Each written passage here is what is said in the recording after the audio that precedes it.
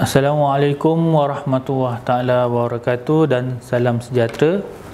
Apa khabar pelajar-pelajar sekalian? Diharap semua dalam keadaan sihat. Pertama sekali, saya minta pelajar-pelajar dapat sediakan satu buku nota dan catatkan isi-isi penting yang akan saya terangkan pada sesi pembelajaran kali ini. Supaya pelajar-pelajar tidak akan lupa dan juga boleh membuat rujukan serta ulang kaji pada masa yang akan datang. Pada sesi pembelajaran kali ini, saya akan belajar pelajar-pelajar tajuk transmission system. Kali ini kita akan belajar yang pertama, jenis-jenis gearbox. Yang kedua, jenis-jenis bentuk gigi gear dan juga jenis-jenis bearing. Saya berharap pelajar-pelajar sekalian dapat memberikan perhatian dan juga fokus semasa saya memberi penerangan. Okey, pertama sekali cuba pelajar-pelajar lihat slide yang pertama lah, ya. Slide yang pertama tu adalah jenis-jenis gearbox. Kalau kita perhatikan, terdapat lebih kurang 1, 2, 3, 4 jenis-jenis gearbox lah. Yang pertama kita panggil dia sliding mesh gearbox, tu yang pertama. Yang kedua constant mesh gearbox. Yang ketiga synchro mesh gearbox. Dan akhir sekali speed cyclic gearbox. Untuk yang keempat ni, gearbox ni banyak digunakan pada gearbox kawalan ataupun kendalian automatik. Okey, seterusnya kita tengok slide yang kedua, iaitu sliding mesh gearbox. Saya ada sertakan gambar keratan sliding mesh gearbox. Sebelum tu kita tengok dulu komponen-komponen utama dia lah. Yang pertama sekali, casing luar. Kita panggil dia gearbox casing. Kalau pelajar-pelajar lihat, saya telah warnakan dengan warna putih. Lepas tu kita tengok pada lay shaft gear. Lay shaft gear saya telah warnakan dengan warna hijau muda. Dan seterusnya lay shaft gear bearing saya telah warnakan dengan warna hitam. Terusnya lay shaft saya warnakan dengan warna hijau gelap. Seterusnya pembery shaft, kalau pelajar tengok pembery shaft tu saya telah warnakan dengan warna biru cair. Seterusnya gear selector, gear selector tu saya telah warnakan dengan warna kuning. Seterusnya main shaft, main shaft tu saya telah warnakan dengan warna merah jambu lah. Dan seterusnya heavy duty bearing saya telah warnakan dengan warna merah. Cuba pelajar perhatikan dulu komponen-komponen utama yang terdapat pada sliding mesh gearbox. Okey, pada slide yang kedua ni saya telah sertakan gambar sliding mesh gearbox dan saya telah warnakan komponen-komponen dengan warna-warna yang berasingan. Okey, seterusnya kita pergi apa yang dikatakan sliding mesh gearbox. Okey, sliding mesh gearbox ni juga dikenali sebagai class type gearbox, iaitu gear dengan gear adalah berasingan antara satu sama lain. Kalau pelajar perhatikan sliding mesh gearbox ni, gearboxnya gear dengan gear tidak bercantum. Dia berasingan antara satu gigi gear dengan satu lagi gigi gear yang lain. Okey, gearbox je ini pertemuan gigi gear dengan gigi gear lain adalah dengan secara melanggar antara satu sama lain. Okey, untuk sliding mesh gearbox ni pelajar-pelajar sekian, apabila kita masuk sahaja gear dengan gear ni akan berlanggar untuk memastikan gear yang telah kita masuk tu masuk atau bercantum. Gigi gear dengan gear ni akan bercantum secara berlanggar. Okey, Penggunaan gearbox ni pada masa kini tidak digunakan lagi lah. Gearbox sliding mesh ni digunakan pada tahun 60-an, 70-an, 80-an lah. Tapi untuk tahun 90-an dan masa kini, gearbox ni jarang digunakan. Dan kalau pelajar-pelajar perhatikan, gearbox ni langsung tak digunakan. Sebab apa? Dia terdapat beberapa kelemahan lah. Iaitu yang pertama, gigi gear cepat haus. Kenapa dia boleh cepat haus? Disebabkan oleh kerana cara pertemuan gigi ni adalah secara melanggar. Bila melanggar, gear gigi dia ni mudah sompek, mudah pecah, dan gearbox ni pun kalau kita guna tak boleh digunakan terlalu lama. Maknanya dia cepat rosak dan kita perlu buat rombak rawat, overhaul dalam jangka masa yang dekat. Sebab apa? Gigi-gigi dia tu mudah sompek dan juga pecah. Seterusnya, gearbox ni menghasilkan bunyi yang bising semasa pertemuan gear. Apabila kita nak masuk gear, dia mengeluarkan bunyi yang bising. Bila membunyikan bising, dia mengganggu sama ada pemandu ataupun penumpang. Itu yang dikatakan sliding mesh gearbox. Okey, pelajar-pelajar, sliding mesh gearbox ni digunakan pada gearbox pada awal-awal gearbox diperkenalkan, dan masa kini dan sekarang ni tidak digunakan lagi lah. Itu yang dikatakan sliding mesh gearbox. Seterusnya kita tengok slide nombor 4. Gearbox yang kedua adalah constant mesh gearbox. Cuba kita perhatikan gambar rajah yang saya sudah sertakan pada slide nombor 4 tu. Saya dah warnakan. Pertama, kalau tengok from engine, yang warna hijau tu adalah input shaft. Okey. Yang kedua, warna merah tu adalah lay shaft. Seterusnya output shaft warna biru. Warna kuning. Okey. Perhatikan sekali lagi, input shaft adalah daripada engine warna hijau, manakala lay shaft berwarna merah dan output shaft berwarna kuning lah. Kalau perhatikan, input shaft ni warna hijau, dia datang daripada enjin. Output shaft ni dia berwarna kuning dan disambung kepada roda. Dan gigi-gigi tu saya telah warnakan warna biru lah. Okey, kalau biru tu kita panggil dia main gear. Okey, untuk yang bawah tu kita panggil lay gear. Seterusnya, dia punya shaft dan rod dia saya telah warnakan dengan warna kelabu, dan juga gear shift lever saya telah warnakan dengan warna shaft dia adalah kuning. Seterusnya, kalau kita tengok gigi gear yang warna biru tu yang paling besar tu adalah gigi gear untuk gear yang pertama. Seterusnya, gigi gear yang warna biru tu adalah untuk gear yang kedua, dan juga gigi gear yang warna biru tu yang ketiga tu adalah untuk gear yang ketiga. Seterusnya, yang nombor 4 tu adalah untuk gear 4, dan nombor 5 tu adalah untuk gear yang kelima, manakala R tu adalah untuk reverse.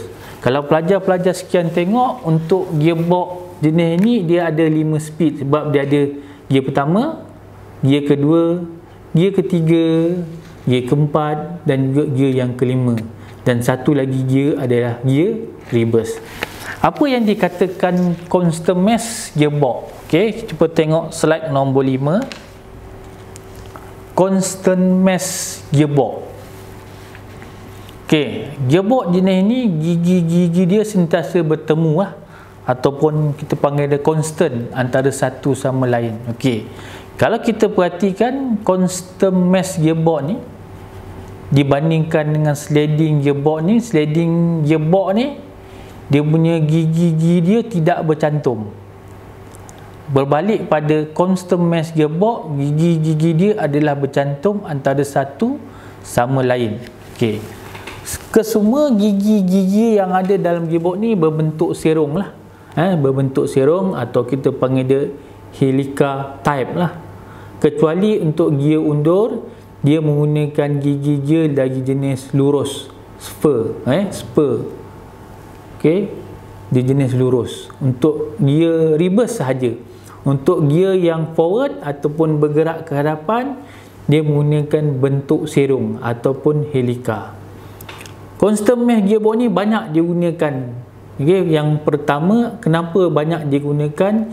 Gigi gear adalah lambat haus kerana pertemuan gigi gear adalah banyak. Kenapa dia banyak? Dia bentuk serong. Bila berserong, gigi gear antara gear dengan gear, pertemuan dia banyak. Okey. Seterusnya, gearbox ni menghasilkan bunyi yang senyap semasa pertukaran gear dibuat. Kalau kita bandingkan dengan gearbox sliding mesh gearbox, dia bising masa kita menukar gear. Tapi untuk constant mesh ni, gearbox dia lebih senyap. Okey, saiz gearbox boleh dikecilkan. Okey, gearbox lagi jenis constant mesh ni, saiz dia tu kita boleh kecilkan. Kalau dibandingkan dengan sliding mesh, gearbox dia besar. Tapi untuk constant mesh, gearbox ni lebih kecil. Dan gearbox ni banyak digunakan pada motosikal. Kalau pelajar-pelajar tengok motosikal, banyak menggunakan gearbox lagi pada jenis constant mesh gearbox. Itu constant mesh gearbox lah. Okay, seterusnya kita pergi slide ke nombor 6. Synchromesh gearbox. Okay, synchromesh gearbox lah. Okay, perhatikan rajah 3. Saya dah sertakan juga gambar keratan lah, keratan synchromesh gearbox.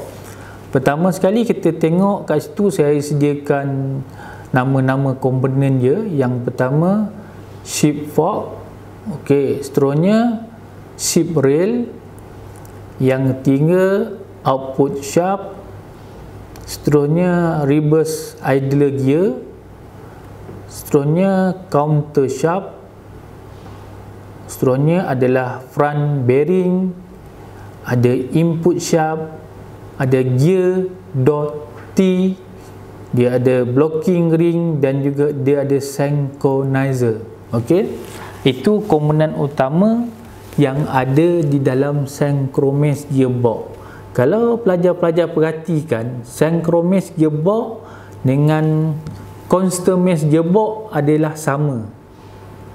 Tapi apa yang membezakan synchromesh gearbox dengan constant mesh gearbox adalah satu komponen yang ditambah, yang kita panggil dia synchronizer assembly. Okey, synchronizer assembly. Dalam slide nombor 6 ni, synchronizer assembly ni dia berwarna kuning. Saya dah tunjukkan, saya dah warnakan dengan warna kuning lah. Okey, cuba kita perhatikan input shaft ni. Input shaft ni adalah aliran kuasa yang datang daripada enjin. Okey, output shaft adalah aliran kuasa yang datang daripada gearbox, dihantar ke roda untuk membolehkan kenderaan bergerak ke hadapan ataupun bergerak ke belakang. Okey, kita tengok pula slide nombor 7, synchromesh gearbox. Apa yang dikatakan synchromesh gearbox? Pada cara amnya, gear yang terdapat pada gearbox synchromesh adalah sama seperti yang dipasang pada gearbox constant mesh. Macam mana saya dah terang tadi, gear dalam dia tu serupa dengan constant mesh gearbox. Tetapi cara pertemuan gigi gear adalah dengan menggunakan satu komponen tambahan yang dipanggil synchronizer unit. Okey, gearbox synchromesh ni dengan constant mesh adalah sama. Yang membeza dia adalah satu komponen saja yang kita panggil dia synchronizer unit. Kenapa synchronizer unit dipasang? Synchronizer unit ni dipasang di antara gear-gear dalam gearbox dan berfungsi yang pertama untuk menyamakan kelajuan di antara gigi-gigi gear yang hendak dicantumkan, sama ada menjadi pelahat ataupun menjadi sama laju. Synchronizer unit ni, dia ada satu unit yang kita pasang dalam gearbox. Fungsi dia pertama untuk menyamakan dengan dan juga melahankan ataupun melajukan gigi-gigi dia yang kita nak sambung. Okey, dia menyamakan kelajuan. Bila dia nak cantum, dia ni laju. Okey, dia akan samakan, sama ada dia lajukan dia ni ataupun dia perlahankan gigi dia ni. Okey, yang kedua, dia menghentikan dia yang nak dicantum. Okey, pertama tadi saya cerita dia menyamakan sama ada laju ataupun perlahan. Cara perlahan dia akan berhentikan dia yang nak cantumkan. Pelajar-pelajar perlu ingat, apabila kita masukkan dia yang kita nak cantum tu mestilah betul-betul berhenti, ataupun sama kelajuannya, baru dia boleh masuk dalam keadaan yang senyap dan tidak merosakkan gigi-gigi dia. Okey, itu yang dikatakan synchronous gearbox. Okey, slide yang seterusnya iaitu slide nombor 8. Cuba pelajar-pelajar tengok rajah nombor 4 tu, synchronous unit. Synchronous unit saya dah sertakan komponen-komponen dia lah. Yang pertama sekali kita panggil dia blocking ring, ataupun nama lainnya kita panggil dia synchronizer ring. Yang kedua, sheep fork rover ataupun sheep fork slip. Okey, seterusnya spring of inside ataupun kita panggil dia synchronizer lock. Lepas tu kita panggil dia synchronizer hub. Dia juga ada synchronizer ring, dan juga ada synchronizer spring hand inside. Okey, cuba pelajar-pelajar perhatikan slide nombor 9. Komponen-komponen synchronizer unit. Yang pertama, synchronizer slip. Kedua, synchronizer spring. Yang tiga, synchronizer hub. Yang keempat, synchronizer inside ataupun lock. Dan kelima, synchronizer ring. Cuba pelajar-pelajar lihat balik ke surat ataupun slide nombor 8, rajah nombor 4. Itu komponen dia saya dah lebih terangkan dan saya warnakan. Itulah komponen dalam synchronizer ring, synchronizer komponen lah, ataupun synchronizer assembly. Okey, kenal pelajar-pelajar komponen-komponen utama synchronizer unit. Seterusnya kita pergi pada split cyclic gearbox. Okey, cuba pelajar-pelajar lihat slide nombor 10, rajah 5. Kat situ saya sertakan gambar lah, gambar keratan bentuk split cyclic gearbox. Okey, pertama sekali kita tengok ring gear. Ring gear tu saya telah warnakan dengan warna coklat cair tu. Okey, seterusnya sun gear. Sun gear ni warna merah. Seterusnya saya telah warnakan dengan warna kuning iaitu planetary carrier, dan akhir sekali yang warna hijau tu planetary pinion. Planetary pinion ni dia ada 3 unit lah. Okey, 3 unit. Apa yang dikatakan split cyclic gearbox? Cuba kita tengok slide nombor 11. Okey, gearbox jenis ini banyak digunakan dalam gearbox kendalian auto dan tidak terdapat pada gearbox kendalian manual. Okey, pelajar-pelajar, kalau tarik gearbox split cyclic ni hanya digunakan di dalam gearbox kendalian automatik. Dalam kendalian manual, pelajar-pelajar tidak akan nampak ataupun jumpa gearbox bentuk ni. Gearbox bentuk ni, gigi-gigi dia tu digunakan dalam gearbox auto. Dalam gearbox manual tidak digunakan. Okey, gearbox ini mempunyai komponen seperti yang pertama tadi saya dah terangkan.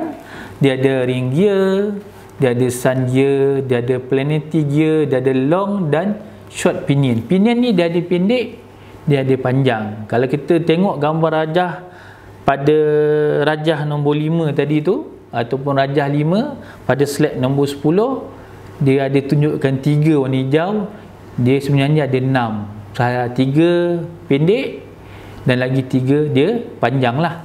Okey, kalau kita tengok ke semua gigi-gigi dia bercantum antara satu sama lain, iaitu ring gear bercantum dengan planetary pinion, bercantum dengan planetary pinion, dan juga bercantum dengan sun gear serta dipegang oleh planetary carrier. Cuba pelajar-pelajar tengok balik slide nombor 10, rajah nombor 5. Kalau kita tengok pada gambar yang saya beri tu, kita tengok semua dia punya gear bercantum antara satu sama lain. Ring gear bercantum dengan pinion, planetary pinion bercantum dengan sun gear dan dipegang oleh planetary carrier. Okey, ni gigi-gigi gear yang ada dalam gearbox. Okey, seterusnya cuba pelajar tengok slide nombor 12. Slide nombor 12, jenis-jenis bentuk gigi gear. Okey, jenis-jenis bentuk gigi gear. Ada 2 jenis yang biasa pelajar-pelajar jumpa dalam gearbox. Yang pertama kita panggil dia helica ataupun spray bevel gear type, ataupun kita panggil dia bentuk serung. Gigi gear tu dalam bentuk serung. Yang kedua spur ataupun straight bevel type, ataupun kita kenali dengan straight ataupun lurus. Kalau pelajar-pelajar tengok bentuk dia punya gigi dia gandaan lurus. Okay, kita tengok satu persatu. Cuba tengok slide nombor 13, helica gear type. Saya dah sertakan rajah nombor 6 tu, bentuk helica gear. Kalau pelajar tengok, bentuk gigi dia adalah bentuk serung. Serung. Okey, dia bentuk serung. Okey, kita tengok apa kegunaan dia, apa fungsi helica ataupun helica gear type. Okey, yang pertama, helica ataupun helix type ni, ataupun kita panggil dia spiral bevel gear ni, jenis ni bentuk gigi dia adalah berbentuk serung, dan pertemuan gigi gear secara serung dan banyak digunakan untuk gear 1, gear 2, gear 3, gear 4, dan boleh kita katakan semua gear lah, tak kira gear 1, gear 2, gear 3, gear 4, gear 5, gear 6, gear 7, gear 8 ke, gear 9, gear 10, bergantung pada gear yang ada dalam gearbox tu, khas untuk maju ke depan. Maknanya kalau gearbox yang maju ke hadapan, bentuk gigi dia semua bentuk serung. Okey, bentuk gigi helica ni banyak digunakan. Kalau pelajar-pelajar perhatikan gearbox masa sekarang ni, banyak bentuk gigi dia adalah jenis serung. Okey, pertama kenapa dia gunakan jenis serung? Yang pertama, binaan dia kecil saja. Yang kedua, senyap semasa pertukaran gear. Masa kita tukar gear, dia senyap. Yang kedua, gigi gear lebih teguh dan kukuh. Itu yang kita nak. Gigi dia tu lebih teguh dan kukuh, iaitu tak mudah sumpit dan pecah semasa dia bercantum atau semasa dia bertemu. Kedua, pertemuan gigi dia adalah lebih antara satu gigi dengan gigi yang lain. Mana satu akan bertemu 3. Dengan itu, operasi dia lebih senyap dan dia lebih kukuh. Itu sebab kalau perhatikan, untuk gear maju ke depan, banyak kita menggunakan helica ataupun jenis serung. Okey? Sebab apa? Sebab untuk gearbox ataupun gear yang untuk pancuan depan, dia lebih banyak kita perlu bertukar gear pada gear 1, gear 2, gear 3 dan gear 4. Itu yang kita tengok helica gear lah, ataupun bentuk gear dalam keadaan serung. Seterusnya, spur gear ataupun straight bevel gear. Kalau pelajar-pelajar perhatikan rajah 7 tu, saya telah sertakan bentuk spur gear. Kalau pelajar-pelajar tengok, bentuk gigi dia adalah keadaan yang lurus. Okey, yang lurus lah. Cuba perhatikan gambar pada rajah 7 spur gear lah. Apa dia punya fungsi dan kegunaan dia? Kita tengok slide nombor 17 lah. Cuba tengok slide nombor 17. Spur gear ataupun straight bevel gear berbentuk gigi gear adalah berbentuk lurus, dan pertemuan gigi gear adalah selari antara satu sama lain. Okey. Untuk jenis gigi gear lurus, dia bertemu satu antara satu. Satu bertemu satu, bertemu satu, bertemu satu. Banyak digunakan pada gear undur sahaja. Okey. Kenapa digunakan gear undur? Salah satu kebaikan dia adalah murah dan kukuh. Okey. Gear dia adalah murah dan kukuh. Tapi terdapat beberapa dia punya kelemahan dia lah. Okey, yang pertama, binaan dia besar. Okey. Kalau kita perhatikan, gigi gear bentuk lurus ni dia lebih besar daripada gigi gear bentuk serong. Yang kedua, bising pada kelajuan rendah dan tinggi. Itu sebab gigi gear jenis lurus ni tidak digunakan untuk forward ataupun bergerak ke depan, untuk gear ke depan. Sebab apa? Dia bising. Kalau pelajar-pelajar perhatikan, kalau kita masuk gear reverse ataupun gear undur, cuba kita bawa kereta dalam keadaan laju semasa mengundur, dia akan mengeluarkan bunyi yang bising. Itu sebab tidak dipasangkan pada gear maju ke depan. Sebab kita bawa kereta biasanya banyak kan maju ke hadapan, tidak mundur ataupun ghostan ke belakang. Okey. Kenapa dia buat gear bentuk lurus ni untuk gear ghostan? Sebab dia adalah murah. Itu sebab dia khas sahaja ataupun diletakkan pada gear ghostan ataupun gear undur lah. Okey. Pelajar-pelajar sekian, cuba tengok slide nombor 18. Kita pergi kepada fungsi dan jenis-jenis bearing dalam gearbox. Okey, apa fungsi bearing dalam gearbox? Iaitu mengalas geseran antara dua permukaan yang bergerak. Okey, dalam gearbox ni dipasangkan bearing untuk dia sebagai alas dua permukaan yang bergerak. Dua permukaan yang bergerak tu kita pasang bearing dia untuk mengalas. Tujuan apa? Untuk mengurangkan ataupun mengelakkan kehausan berlaku pada komponen yang bergerak. Kalau rosak pun pada bearing, bukan pada komponen ataupun bukan pada gear. Kalau gear rosak mahal, itu sebab dia pasangkan bearing. Okey, dalam gearbox ni terdapat 3 jenis bearing. Pertama, ball bearing. Kedua, taper roller bearing. Dan ketiga adalah needle bearing. Okey, kita tengok satu persatu. Ball bearing. Cuba pelajar-pelajar tengok rajah nombor 8. Saya sediakan 2 saiz ball bearing. Kalau kita perhatikan dalam rajah 8 tu, dalam tu ada bulat-bulat-bulat. Itu yang kita panggil dia ball bearing, dalam bentuk bulat-bulat berbola lah. Okey. Apa yang dikatakan ball bearing? Cuba tengok slide nombor 20. Jenis ball bearing banyak digunakan dalam gearbox kerana ball bearing ni mempunyai sifat-sifat mengalas. Apa itu mengalas? Dia boleh menerima tegasan. Tegasan ni tekanan, tekanan keliling.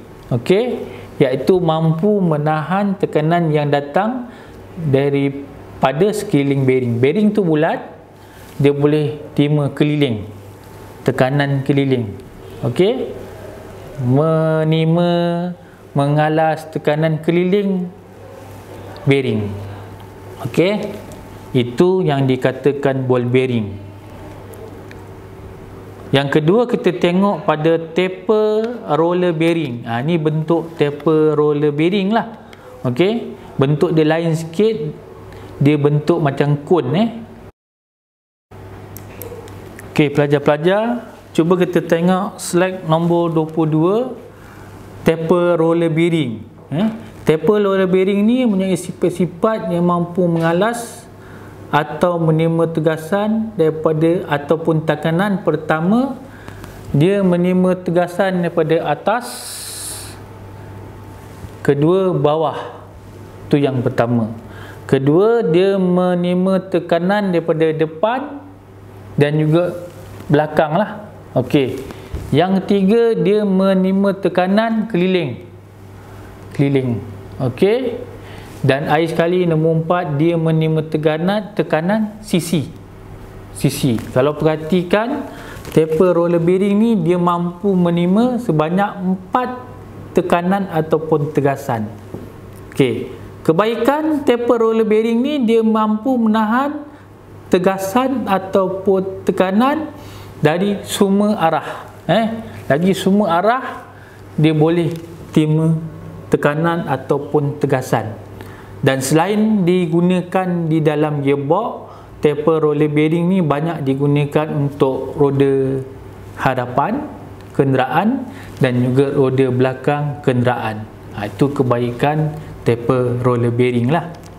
Okay, seterusnya kita tengok slide nombor 23, rajah 10, iaitu needle bearing.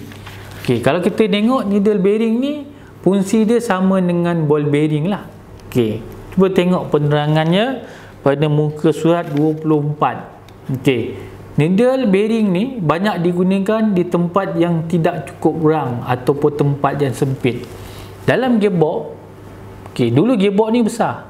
Okay, tapi untuk jimatkan ruang dan juga jimatkan kos, gearbox ni dikecilkan. Bila dikecilkan, ruang-ruang dia menjadi sempit.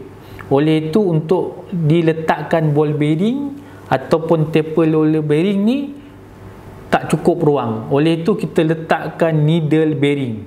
Okey, needle bearing ni mampu mengalas dan juga menerima tegasan, iaitu keliling. Kita panggil dia radial thrust. Okey, dia sama dengan ball bearing, tapi dia dalam bentuk yang kecil, dan menahan tekanan yang datang sekeliling bearing. Needle bearing mempunyai sifat-sifat yang sama dengan ball bearing. Macam saya cakap tadi, dia sama dengan ball bearing, tetapi binaannya adalah lebih kecil dan dia biasa dipasang di ruang yang sempit di dalam gearbox. Okey, kalau pelajar-pelajar perhatikan, ada 3 bearing yang kita gunakan. Pertama, ball bearing, kedua, taper roller bearing, dan ketiga, needle bearing. Needle bearing sama juga bentuk dengan ball bearing, tapi dia lebih kecil, dan ball bearing dia dalam keadaan yang panjang-panjang. Okey, dan diletakkan, dipasang di kawasan yang sempit dalam gearbox. Okey, saya rasa tamat sudah pembelajaran kita pada kali ini. Saya harap pelajar-pelajar faham apa yang telah saya sampaikan tadi. Semoga kita berjumpa lagi untuk sesi pembelajaran yang akan datang. Sekian, terima kasih. Assalamualaikum warahmatullahi wabarakatuh.